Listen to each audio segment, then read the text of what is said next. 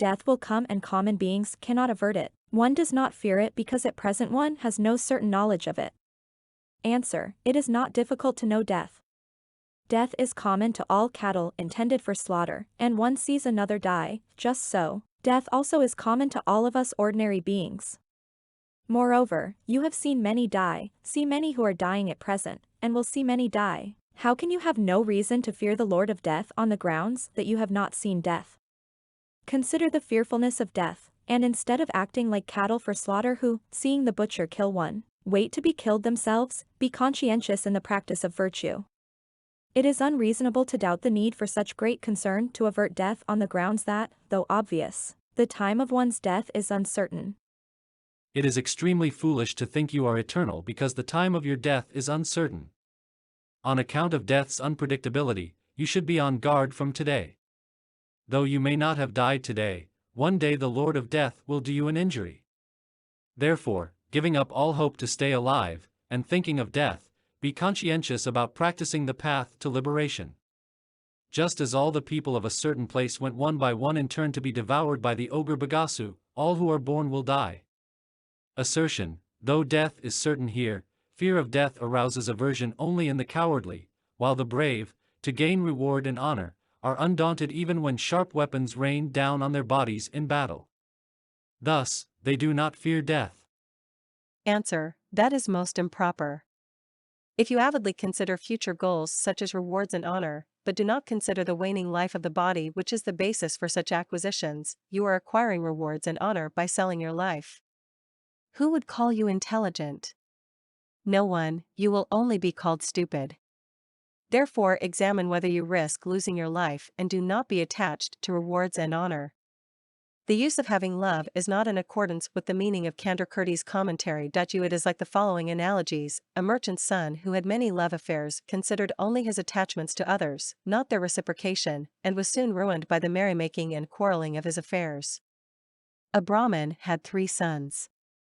During a time of famine he told his wife they should sell one son. A king's son heard about it and asked for the boy. Since their father held on to the oldest and their mother to the youngest, the middle one said to the king's son, "Since I am being sold, take me," which is like selling oneself.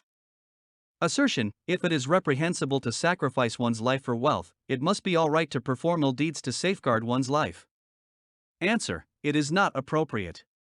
Why do ill deeds for the sake of a little food and drink in this life, pledging yourself to experience great suffering later? Of course, like wise foe destroyers, you must be free from attachment to yourself. It is like the prostitute who sold the swindler, and like being held as security because of drinking a lot of beer and not paying for it. A swindler took advantage of a prostitute, using up all her savings but giving her nothing in return. Eventually she had 2 children by him. Not long after that, a traveling merchant was staying in their home. She told the swindler, "The 2 of us will have more children. Let's sell our children to the merchant," and indeed, that is what they did. Later, when the merchant was about to leave, the prostitute told the swindler, "I will go and stay in the merchant's home as security, and you take the 2 children. Be sure to wash and feed the youngest one properly." The swindler replied, "No, you take the 2 children and I will stay in the merchant's home as security." She agreed and, having retrieved the children, went and hid in a remote place. On the second day the merchant tied up the swindler and left with him for home. Similarly, childish people do ill deeds, pledging themselves as security; they alone will experience the matu ration. Someone with no money went to a drinking house and, promising to pay, drank a lot of beer. However, when he did not pay, he was kept there and made to suffer. It is unreasonable to sell oneself for the sake of this life by performing ill deeds in the hope of staying alive long. Since the nature of functional things is not to remain unchanged for a second moment, the life of any sentient being, no matter who, does not differ from the individual moments of mind, whose momentary changes are not too difficult to understand. The mind quickly moves from one focal object to another, as when rapidly reciting the alphabet. People in the grip of causes for the misconception of permanence, mistaking as alike the sequence of unalike moments of a product that occur without interruption, certainly do not perceive this. Thus, in the world it is rare to know the nature of the self, so make effort to meditate on subtle impermanence. It is like looking for clothes that fell into a river a long time ago at the spot where they fell into the water, and like the swiftness of the son of the gods is Vaka, which was unrivaled by any of the gods and others that travel in the sky. Nothing is briefer than this life, disintegrating moment by moment. Assertion, being alive consists of a series of brief moments, but since the continuity is uninterrupted, life is long. Therefore, attachment to it is reasonable. Answer, that is an erroneous idea. If you would like to live a long life but dislike old age with its white hair and wrinkles, it is pitiful and amazing. Your contradictory behavior seems right only to unwise people like you, not to the wise.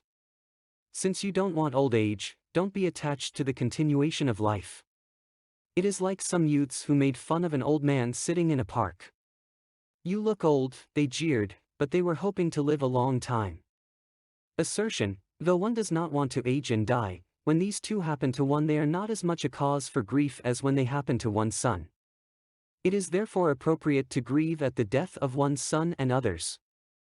Answer, it is inappropriate. When it is fitting for you, a person in the Lord of Death's power who does ill deeds, to grieve about dying, why do you grieve on account of your sons and others' deaths while neglecting to remember your own? If one laments about another person's death, when one is a victim of the Lord of Death oneself but ignores it, how would one not deserve censure from the wise? Since it is only reprehensible, endeavor to remember your own death.